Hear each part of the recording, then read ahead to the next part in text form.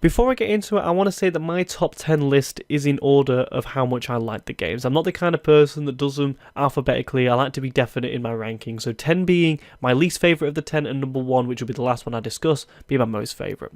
But before I get into all of those, I want to do some honourable mentions. First ones that I want to give are games that I haven't played this year that I feel like could have made the list if I did play them. I don't have a Switch, so there's no Super Smash Bros., there's no Octopath Traveler or any other Switch exclusive.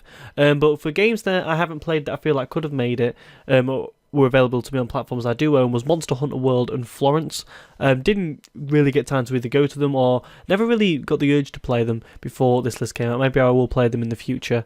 But the last honourable mention I want to give is a game that I have played that if there was a number 11 spot, I'd have to give it to that, and it was The Messenger. Something had to give, and I feel like there's a game quite similar to The Messenger in this list, and the games that fill in number 9 and 10 are a bit different to anything else on the list, so I decided to give it to those instead. But if there's a number 11 spot, let it be known that it's The Messenger. If there's any other games that I don't discuss in this list, let me know in the comments below if you disagree with me, and I'll happily tell you why you're wrong if I played it.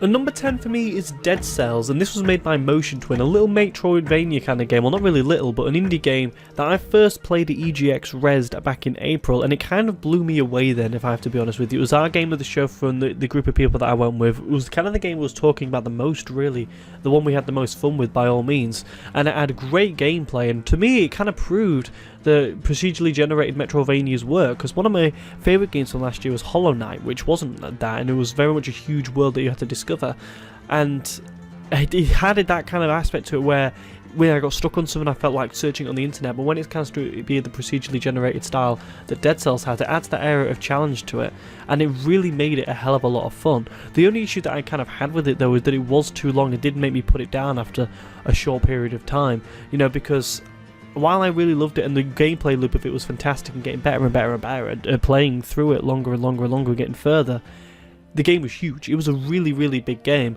and for a game like that, and especially in the year that we've had as well so far, something had to give, and Dead Cells, I had to be honest with you, after I got about 10-15 hours into it, I put it down and I haven't picked it back up. I'm hoping that when I get to a quiet point in this year, I'll be able to pick it back up and be able to finish it.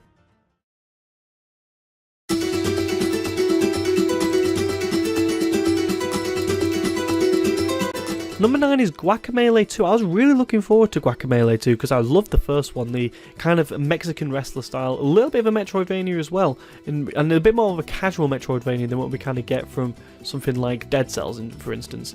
And really what I loved about the first one was really the theme of it, like I said before, but I think one thing that I loved more about the second one was the level design. I think it really took a huge step forward and kind of kept that gameplay. The gameplay is not too different from the first one, but with the improved boss fights and the greater level design that it's got, it became much more of an enjoyable experience for me.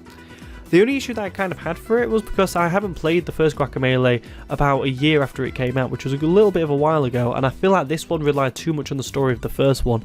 It made me kind of lose track of who people were a little bit, and I could kind of remember people's faces, but at the same time I forgot what happened in the story, and they could have recapped it better, because while the story of it isn't, in my opinion, is something secondary in a game like this, the humour was obviously the most important thing in the theme of it, not generally the entire story about you becoming a luchador. You know, I was more into the idea of, you know, going through levels and playing through them, and that was definitely there for me to enjoy, and I definitely enjoyed it enough for it to get onto my top 10. I just think for me to enjoy it more, I just needed to understand a bit more than what was going on, and maybe that would have been playing the first one before going to the second one, but I don't think I should have, if once I've already played the first one, I should have to play it again to understand more what's happening in the second one. They should be able to recap that a bit better. But I think Drinkbox did a really, really good job in order of gameplay. It's just that when it comes down to storytelling purposes, I think they need a step forward if they're going to do a third one. But I really, really liked it. I think if you haven't played a kind of like a Metroidvania before, I think Guacamelee is a great series to kind of start with, because it really gives you kind of like a light feeling of it. It's a bit more of a casual one, it's got more humour to it as well, but it's got that kind of quick gameplay, and that could lead you to liking more games in that kind of genre as well, and expanding your horizons a bit more, and Guacamelee was definitely what did that for me.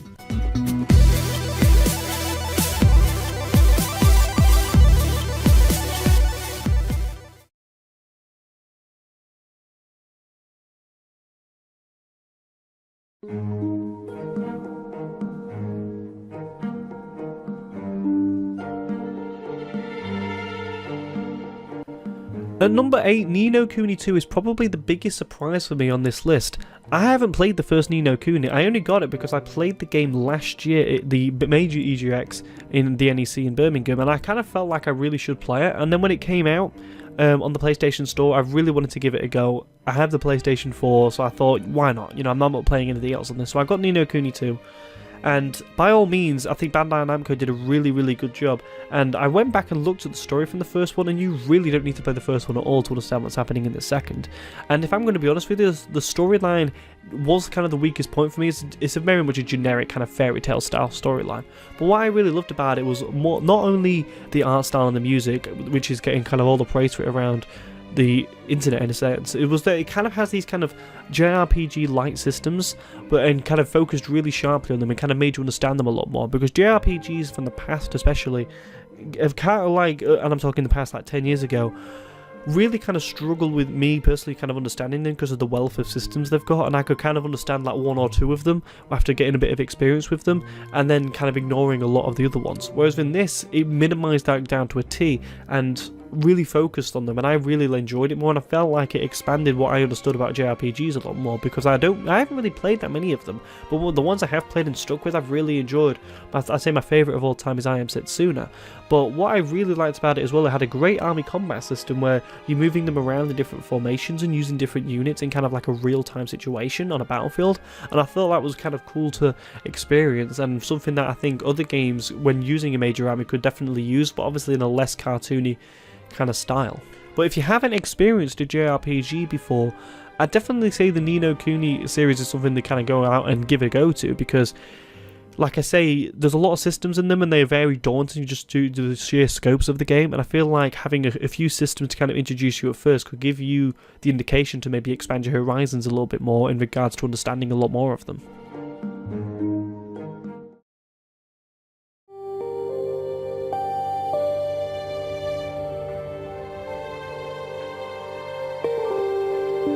A Way Out is at number 7. I feel like this is kind of a game that's been forgotten about a little bit this year. It came out earlier in this year.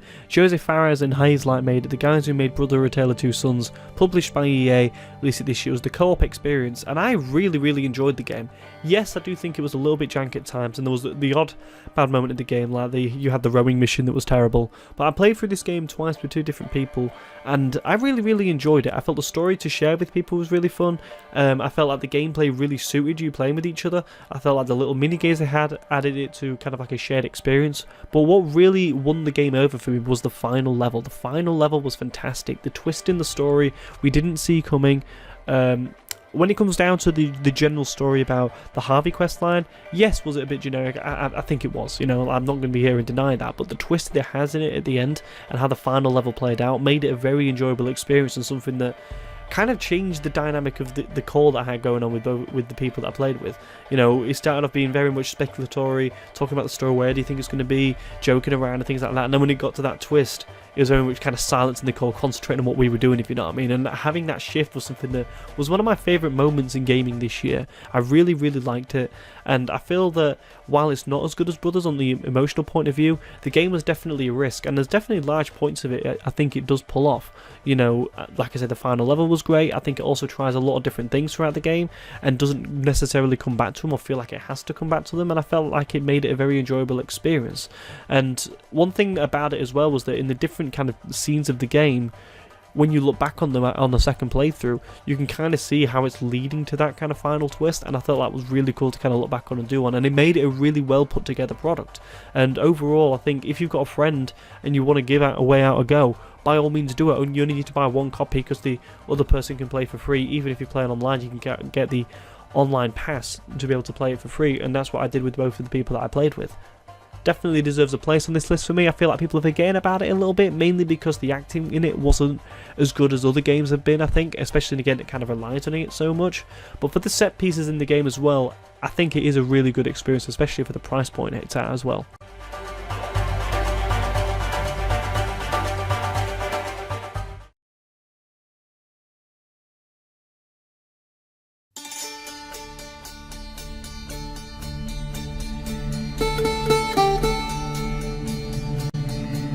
And number 6 is Assassin's Creed Odyssey, and this is a candidate for some people for Game of the Year, which I found really surprising because while I really do love the game, I really enjoyed it, I don't think it's that much of a step forward from Assassin's Creed from Assassin's Creed Origins, sorry.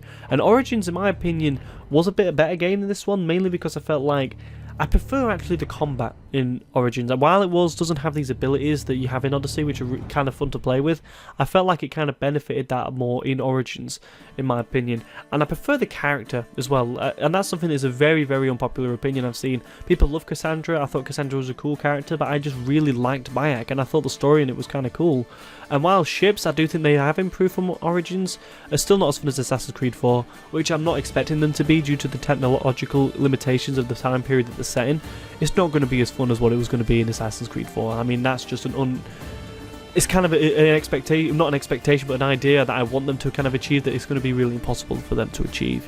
What was great about it though is that Greece is a beautiful area, you know, it's a beautiful place to set a game in, and it was really cool to kind of walk around and quest through there, and there's a lot of quality content there in regards to the side quests as well. It kind of shows how much The Witcher 3 has kind of impacted this series really, and the kind of RPGs from here on out, because it kind of has a bit of like a Witcher feel in the way that it does its quest, and you know, you're investigating things in its quest style, but also has a bit of Skyrim as well, and how you identifying new objects and finding new things with the compass and everything. And I think it has a lot of quality content there, and is a lot of fun, and it is a kind of a gameplay loop that you play through with quality stories in it that I found really interesting. But at the same time as well, it does lack quality in little areas for me.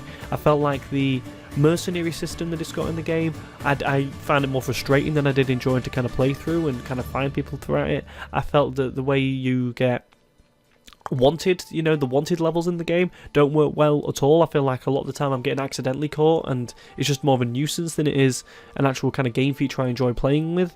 As well, I felt like upgrading your ship as well was a little bit grindy, but all in all though, what was really great about it was the key story temples was really cool, and also doing the fortresses, and that was great in Origins, and I feel like it's great in this as well. I just felt like a lot of people that are giving so much credit to this game maybe skipped on Origins and then heard the praise Origins was getting and jumped in at this one, or maybe they just preferred the game and I'm in the minority, I don't know, but I really liked the game. I just don't think it's as good as the other games on this list, obviously. That's why it's in number 6. And I feel like it's in a good spot. I feel like I gave it a good piece of credit, but at the same time I've got gripes with the game. I feel like it was a little bit overhyped for me because I didn't play it when it came out. I literally just finished this game. I didn't play when the game was released. I had to wait kind of a period of time until later on. So maybe hearing all the people talk about it gave me unnatural expectations for what it actually was, whereas for a lot of people who were praising it, it was definitely a good surprise for them. Maybe I'm being unfair, but I don't think I am. I think I've got solid reasons for why I put it at number 6.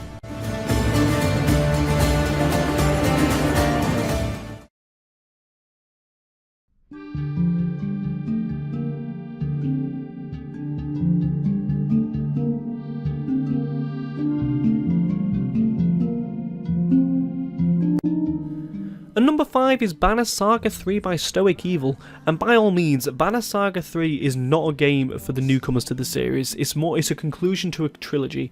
This game was put back onto Kickstarter like the first one was, as a way to kind of gain momentum and hype for it. I don't know if it worked, I definitely bought it. I really love this series. I think the series was fantastic. I think it had a really satisfying conclusion. I was worried, I'll be honest, in the early parts of the game. In the first kind of act, I'd say it was definitely slow. There was a lot of introduction to new characters, a lot of setup, and I kind of felt I was ready for it to get going, and by all means does it get going. It definitely has that weight on it, you know, from liking the characters that you have. You've got a squad, you've got all the characters that you like in your squad that you're controlling throughout, and the choices that you make in the game in regards to these characters definitely pull a lot of weight on you. If you like Game of Thrones and you like strategy games, by all means you will love the Banner Saga, but don't start with 3, go back to 1 and play all the way through. I'm putting 3 on here more of a way as like a tribute to the series, you know. Obviously it's the game that came out this year.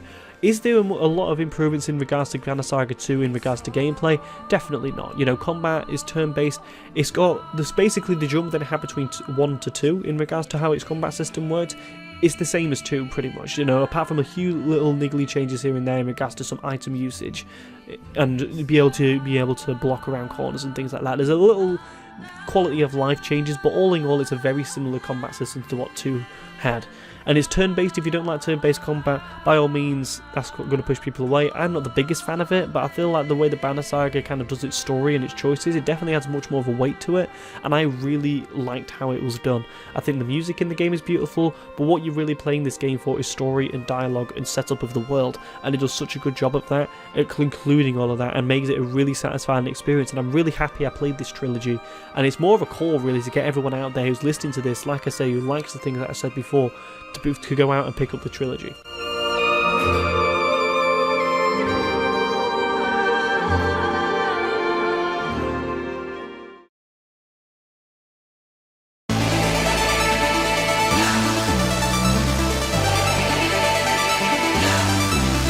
I have to be honest, 4-1 is just going to be the standard game of the year list I feel like everyone's seen, but with games in a different order, because these 4 games are absolutely flawless and definitely deserve all the credit they're receiving. But number 4 was Celeste for me. It was tough to kind of put it low down. Maybe I was kind of having to question myself, am I wanting to put it higher up because it's an indie game? And I felt like the answer was yes. It has fantastic fun gameplay to it, really cool to play. So that kind of trial and error thing when it comes to platformers, I absolutely love. I felt like the mechanics it had as well around getting around the map and the differences from stages to stage was really cool. I like the idea of climbing the mountain as well, was really great. I love the final level, about how it gave a montage of all the levels that you played through. I felt like it was absolutely beautiful. It was a beautiful experience to play through. The soundtrack was great. It definitely got stuck in your head for a long time. I do think the story was overrated. The story is something that I feel like people are praising, a lot. And if it did have that effect for people, by all means, it's something they should praise. For me, it didn't really have that effect, but that's neither here nor there for me. Well, the reason why I kind of play games like this is for the gameplay, and the gameplay was absolutely flawless. Yes, it does have different kind of mechanics to it than what people are used to, but they do them so well that it's kind of breaking the rules that I feel like were set in games like, the old Mario Brothers games that have been followed by for so many years. But this kind of rise of people wanting retro experiences that are like kind of better than those experiences were years ago, I'm absolutely loving, because we don't have to just make retro games anymore, or retro style games that are the exact same as what they would have been if they were on those old systems. Make them for these newer systems, but make them what they could have been, if you know what I mean. What games on the NES could have been, what games on the Super Nintendo could have been, stuff like that.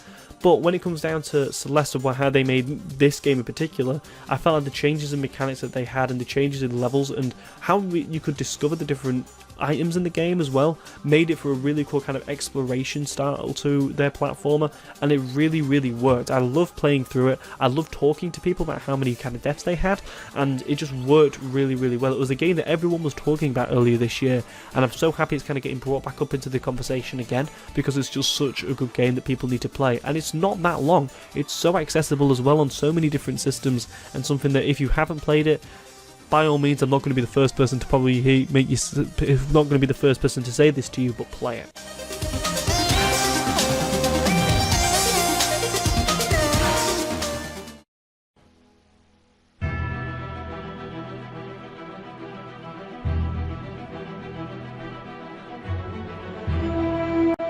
And number 3 is a game I feel like all of you would have played, and it's Spider-Man. Spider-Man was such a success for Insomniac this year, their most successful game ever, and it was my most anticipated game from last year's list, and by all means it did not disappoint. I love Spider-Man. I love the movies, I love the old cartoons as a kid, I love the old video games, and this grabs all of them in my opinion, apart from maybe 1 or 2 of the films, and whacks them out of the park.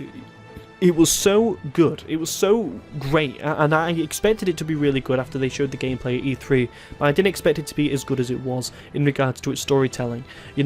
When it comes to its villains, at times it did come a little bit predictable, but on the whole, it made me second guess what I thought I knew about Spider-Man. The acting in it was fantastic, it was definitely film quality. Having the Stan Lee cameo definitely added a huge amount of joy to it as well, and made it a really overwhelmingly great experience, and something that I feel like everyone should experience, even if you're not a superhero fan. I don't feel like you have to be a superhero fan to enjoy the story, because the gameplay of it is so great, and at times people do complain about the button mashing aspects of its combat. I like that kind of Arkham style combat system, or the old Spider-Man style combat system. I think it works really well, especially for a game like this, and the web swinging was perfect, traversing around the world. The only time I fast travelled was to get the platinum. That's the only time I ever fast travelled in the game, and speaking of platinum, It's my first ever platinum. I finished the game, I saw it was around about 80%, and I hung around, I thought, you know what, let's get the platinum trophy. I've never had one before, or if I have, it's from like, you know, like the Telltale games or something like that, where you just by completing it, you get one. So by getting one where you have to actually go out and do trophies, I was like, okay, yeah, let's do it. And there's no better game, in my opinion, to have my first ever platinum trophy. And going back to what I was saying about fast travel, traversing around the world was that enjoyable. You know, even it made me enjoy the crappy little quests that you get in other games, you know, by catching the guys' pigeons and stuff like that. It was just fun to move around the world, and I can't wait for more from Insomniac in regards to Spider-Man, because we know there's going to be another one. They haven't confirmed it, but they'd be stupid not to, and I want more. The DLC has also turned out to be great as well. The story and the general of the main game, and the way they handled characters as well, was so beautifully done. In a time of Spider-Man's life as well, I don't know that much about it. I'm not the kind of Spider-Man fan that knows every single little bit about the lore and everything in regards to it. I just genuinely like the character from the little bit I've seen. I'm like a casual Spider-Man fan, and it absolutely met what I would want from a Spider-Man game.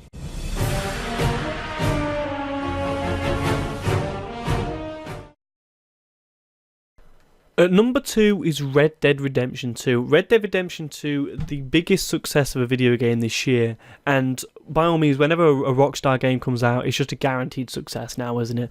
And I love the first Red Dead Redemption, not Red Dead Revolver, because no one's played that game. Literally no one has played that game. But the first Red Dead Redemption, I was such a big fan of, and I love Rockstar games, so by all means, I was very much looking forward to Red Dead Redemption 2, and it didn't disappoint. At the very early stages of the game, I'll be honest, I was worried. I was worried it wasn't going to be for me. I didn't like the idea of the horses thing that we had to do, you know, the bonding with the horses. I hated how slow it was, and that, at times, that was something that kind of kept with me, how like slow walking around the camp it was. How it brought the pace of everything down. It did annoy me at periods, and at times I feel like it wasn't necessary, but it kept it along with it, and you definitely do get used to it, but like I say, it wasn't something that was there. When it comes to the horses thing though, when it comes to the end of the game, it pays off. By all means, it does pay off. It has a fantastic story. A couple of the threads, I will be honest, didn't come to a great conclusion. I felt like the conclusion at times were a little bit weak. It has great musical features. In regards to the music, there's a point in the epilogue of the game which was my favourite moment of the games this year, of any gaming this year, and had a fantastic world, you know, that changed so much. You know, having a major city the size of Saint Denis, I couldn't really believe it. If you told me that was going to be in the game, I would have said no chance. I honestly would not have truly believed that kind of huge city was going to be in this game, and it really, really works. And it kind of made you kind of be like your character in the sense that you didn't like the city. You kind of wanted to get back out of the city because you like being out of it more. And some people might say, well, that's a bad design decision, you know, to have this major city if you're in an area that you're not necessarily a fan of. But I disagree. I feel like that's exactly what they wanted it to be. You know, this isn't, you know, an Assassin's Creed game where the city is the game, if you know what I mean. The game is the countryside. The game is the wildlife, exploring the world around it. And when you get restricted in this kind of close quarter city, you're not meant to like it because your character doesn't like it. You're not meant to be walking around there too much. You're meant to be wanting to get in, do your business and get out, and it definitely works. But the city is living and breathing at the same time, and so are the other settlements around the place as well. And it definitely runs beautifully. The game works. It's fantastically done, you know, in regards to hunting and the wildlife work in it. It's a huge, massive project that Rockstar have definitely got some criticism for in regards to how much they've worked their employees to get this achievement, but by all means is it an achievement. And I'll be really honest with you right now, if it wasn't for the epilogue being shit, it would have been number 1, and I'll happily debate that with anyone, but the epilogue isn't good. I did not like the epilogue one bit. I felt like it was way too long. I felt like it wasn't needed. But when it comes down to the end of the main game, I felt like it was really, really well done. And the main characters in the story, your Arthurs, your John Marstons, your Dutches, your Hoseas, I felt like it was fascinating. Fascinating. They were all fascinating characters, in particular Dutch, and it makes you look back at the first Red Dead Redemption and make you rethink different points in that story, and add so much more context to different dialogues appearances in that game, especially with Dutch.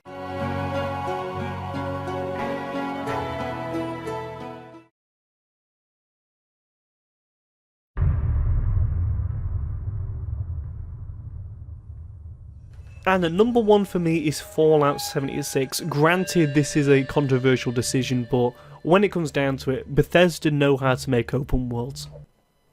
And how many people have made that joke this year? No, when it comes down to my number 1, it has to be Skyrim on the Alexa. Granted, this was a joke, but Skyrim is one of the greatest games of all time, so if it's been re-released this year, that means it's eligible for the list. So it has to go to number 1, even if it is on a platform that's so unconventional to us as gamers. But when it comes down to it, Skyrim is such an unbelievable world to explore.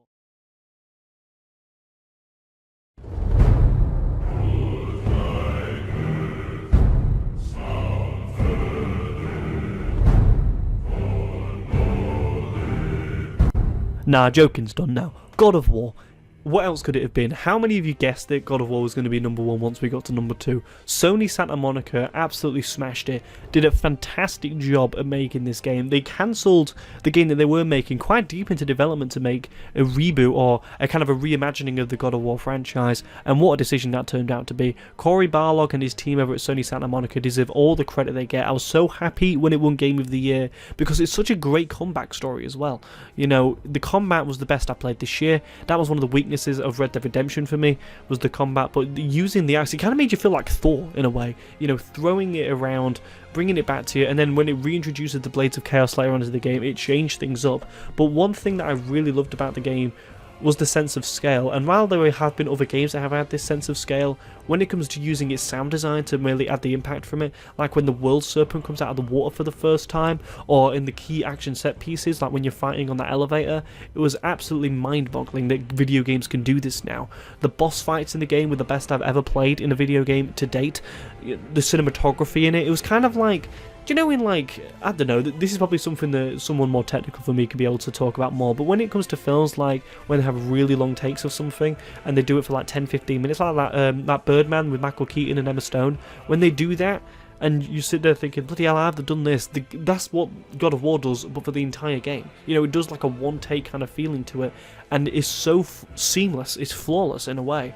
And when you go back to kind of old areas and you can explore these larger areas again, because of the reintroduction of new abilities and everything, it changes things up. I'm a person who kind of hates treading over old ground when it comes to games like this, but God of War, it makes it and does it really, really well, and the twists in the story, the fact there's so few characters into it as well, made it work really, really well. And obviously there's some areas that makes me think I don't really understand this and hearing that and everything, but when it comes down to theories that it's let the game have as well, and the relationship that Atreus has with Kratos, it works so well, and the little twist in the story as well at the end of it, it was just like, it was brilliant. It was brilliantly done. It's a flawless game. It was so much better than it had any right to be, in my opinion, and I can't wait for more, especially that post-credit scene as well, when I think everyone was thinking that. Yeah, everyone was thinking throughout the game, when is this character going to show up? And the end credit scene shows what's going to happen for the next game, and I cannot wait to be able to play through it. Deserve all the credit it needed. It was easy, my number 1. It was the first game I put down on the list, was number 1, God of War, and I felt like, by all means, you know, by all means, it deserves all the credit it deserves. I was so happy it's getting all the success and accolades it is, but it's had such a snagged year to compete with everyone. I kind of feel bad for Spider-Man in a sense, because, you know, that was such a really great game as well, and that game was so much better than I think a lot of people expected. But, you know, when you've had such a great year like we have here, it's hard, you know, you've got to give it to one, but for me, God of War was head and shoulders above all those other games.